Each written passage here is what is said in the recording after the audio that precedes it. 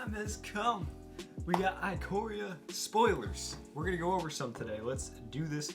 This will be part 1 of spoilers. So, welcome back to the channel, guys. Hope you guys are all having a good day. Let's go over some spoilers. I know you guys are bored sitting in quarantine right now. I have looked at none of these. I literally know nothing. I don't know if there's new art. I don't know anything. So, but yeah, I don't know anything about this. I haven't read anything. So, I'm going into this blind. You might be as well. So let's go over some spoilers right now. Let's do this. So, scroll to the bottom here. Whoa. Oh, whoa. What? Oh, whoa. Okay. Interesting. Alright. So, the first thing I'm seeing here is some cool art stuff. Let's see. At the top it says Kaiju Alt Art Promos. So it's some sort of alternate art with a new style. It's got something like some banner underneath it. Weird new banner at the top. Kind of like the buy a box promo stuff, but a little bit different. That's interesting. That is interesting. I like it. Some of these look really sick, actually. So I'm assuming they put out the real cards. So let's read the real cards first, and we'll come back to those. I'm not going to read commons. I'll read uncommons, rares, and mythics. And yeah, this will be part 1. We're going to go over these progressively as they come out. Hopefully, maybe every day this week. I don't know. Let's see. But let's get started. So the first one we have is Void Becketer. Death Touch cycling, 2 in a black. When you cycle Void Becketer, put a Death Touch counter on target creature you control. Put a Death Touch counter. And it gives the creature Death Touch? I guess. That's my assumption. So apparently if you cycle it for 2 in a... So basically you're paying 2 in a black for Death Touch, which is interesting. I don't know. That card doesn't seem to have too much potential. A pre-release draft setting might be decent, but I'm not seeing a huge amount of potential out of that one. First rare we're going over right now. So I think this one has the art promo version. Lutri the Spell Chaser, 1 and 2 hybrid of blue or a red. Legendary creature Elemental Otter. Okay, interesting. If this card is your chosen companion, you may cast it once from outside the game. So each non-land card in your starting deck has a different name. So basically, if you play this in your modern deck or something, it is like it turns into a commander, like a singleton. Is that what's happening here? I don't know. That's interesting. Flash. When it enters the battlefield, if you cast it, copy target instant or sorcery spell you control. You may choose new targets for the copy. Alright, that's interesting. I'm not sure about this whole companion thing, but no, I'll keep my mind open to it. Let's keep looking at some cards here. What do we got next? We have, so, nice little box topper type art. So I assume they might be doing collector booster boxes again, which I don't really want to happen, but I mean, they're cool, but they had no value, especially Theros was a complete fail on that part. So, I don't know. It's interesting. Let's read this card here. I played black and red in modern. Black and blue in modern. Let's see if this has any potential. Garuda, Doom of Depths, and it is 4 and 2 hybrid of blue or a black. Legendary creature Demon Kraken. Companion, so your starting deck contains only cards. Oh! Now I like this. Okay? This just took a turn, and I like it now. So, companion can be different for each one. For each card, it's different. Wow. Okay, I like that. Your starting deck contains only cards with even converted mana costs. So if you were to play this in a modern deck, you had to have all even converted mana cost cards. I like that. And I'm assuming, as always, 0 is even. I like that. I think this actually could be cool if we have a ton of different types of companion things. When it enters the battlefield, each player puts the top 4 cards of their library into their graveyard. Put a creature card with an even converted mana cost from among those cards onto the battlefield under your control. Interesting. I like that card. I like this companion thing now.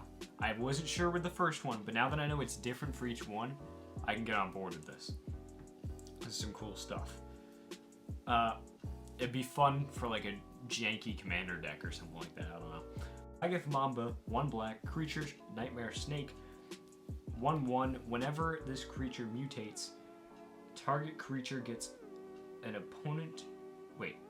Target creature an opponent controls gets -2/-2 until end of turn.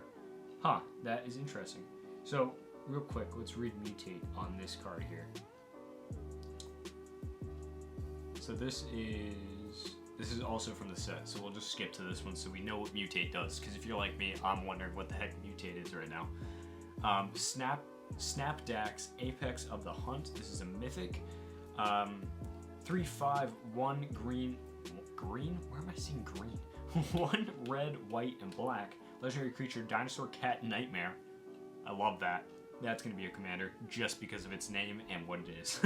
Mutate for 2, a black or a red, and double white. So mutate, if you cast this spell for its mutate cost, put it over or under target non-human creature you own. They mutate into the creature on top, plus all the abilities under it.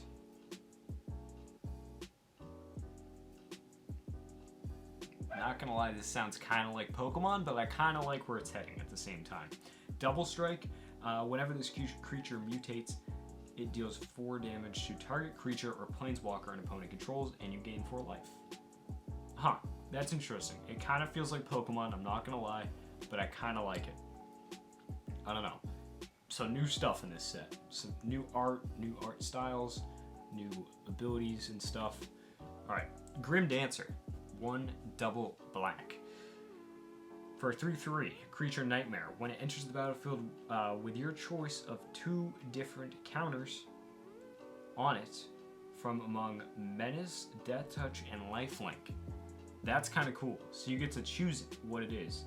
So it's a 3/3 for 3, and it can come out with Menace, Death Touch, and Lifelink, and it gets 2 of those. If that were me, I'd probably be picking Menace and Death Touch. Just me. Yeah, that's pretty sweet. I actually really like that card. So in the thesaurus down here, it shows Vampire Nighthawk. That's one of my most favorite cards of all time. So yeah, I like that card. I'm a fan. I kind of like where this set is heading. Some cool new stuff, you know? I like when they spice it up a bit, add some new stuff into the game. What do we got? So this is in a different language on the left. I'm going to read the English on the right. So it's a 4/4, Gammas the Destroyer. 3 and a green creature beast, mutate for 1 and double green, reach, trample, and whenever this creature mutates, destroy target artifact or enchantment an opponent controls. Huh. That seems pretty cool. My head isn't quite wrapping around this whole mutate thing yet, so we're going to read it one more time just to make sure I and you understand it.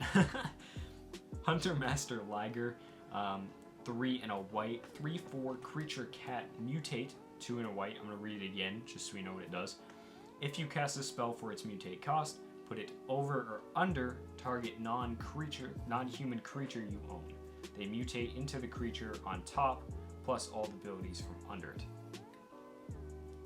So if you put it on top, it is that creature. If you put it on the bottom, it just gets an ability from it. I think I got it now. That's kind of cool, actually. Whenever this creature mutates, other creatures you control get +X/+X until end of turn, where X is the number of times this creature is mutated. Cool. That's interesting. This would be interesting for pre-release and stuff, seeing everyone play with the new cards, if there's a pre-release. Hopefully there's a pre-release with this whole pandemic thing. If there's not, that's kind of going to suck, especially if they're going to put it out, hey, MTG Arena has the pre-release. But, I mean, if you're on a Mac, screw you, you can't actually, it doesn't matter. You can't play it. Like, Wizards, put MTG Arena on Mac. If you're pushing it on everyone, put it on Mac, okay? If you want to make money, put it on Mac. If you want to allow us to have fun, put it on Mac. If you enjoy developing your game, put it on Mac. If you enjoy having streamers play it that, you know, maybe only have a Mac and can't play on Windows, put it on a Mac. I could go on forever, but I'm not going to. So, sorry, a little bit of a rant there. Umori the Collector. 2 hybrid of green or a black. legendary creature, ooze 4/5, companion. Each non-land card in your starting deck shares a type. Okay, so everything has to be ooze. That's interesting. Okay, cool, I guess. As Umori the Collector enters the battlefield, choose a card type. Spells you cast of the chosen type cost 1 less to cast. I didn't realize there's... I mean, I'm sure there is apparently, but I didn't know that there was as many ooze creatures as there are. If there's a lot, I guess. Oh, wait, what? Titanoth Rex. Okay, sure, I'm gonna pretend like I'm saying that right. 7 double green, 11/11 creature, dinosaur beast. Trample, cycling, 1 and a green. If you don't know what trample is, you discard it and you draw another card. When you cycle it, put up trample counter on target creature you control. So I like that. I kind of like the whole counter thing where you can put a counter so that something has death touch or whatever, which means, if you ask me, they're probably gonna have those weird things from a Monket in the packs. Remember how you would rip off the tokens from the card and you get like stuff on them? I don't know, like how that you could rip off the -1/-1 counters and put them on your creature. They'll probably have those in the packs again, just with all the different abilities. So that's interesting. This is the only one that I saw before making this video, and this thing is insane. Dorat, the Perfect Pet. This is the alternate art version. For Izzet, 1/1 Flying Haste. Whenever you cast a non-creature spell, put a +1/+1 counter on it. So it's prowess, but it gets counters instead. What? What? What are you on? Bro, that's insane.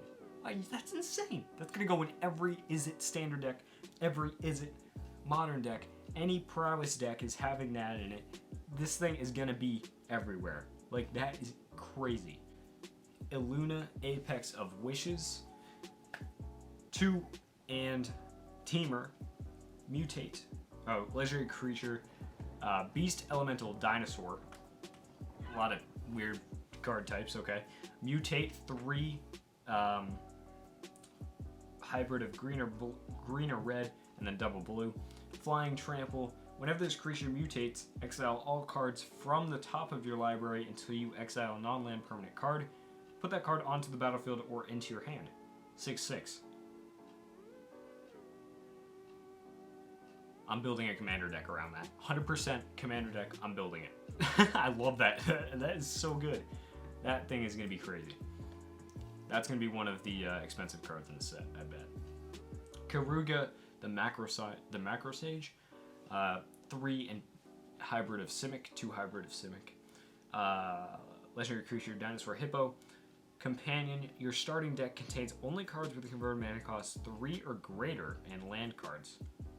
Huh. That would be interesting. When Karuga, the Macro Sage, enters the battlefield, draw a card for each other permanent you control with converted mana cost 3 or greater. That's an interesting card. Alright, we got a couple Planeswalkers here. This should be cool. Luca, Coppercoat, Outcast. 3 double red, 5 loyalty to start with. Legendary Planeswalker Luca. +1. Exile the top 3 cards of your library. Creature cards exiled this way gain.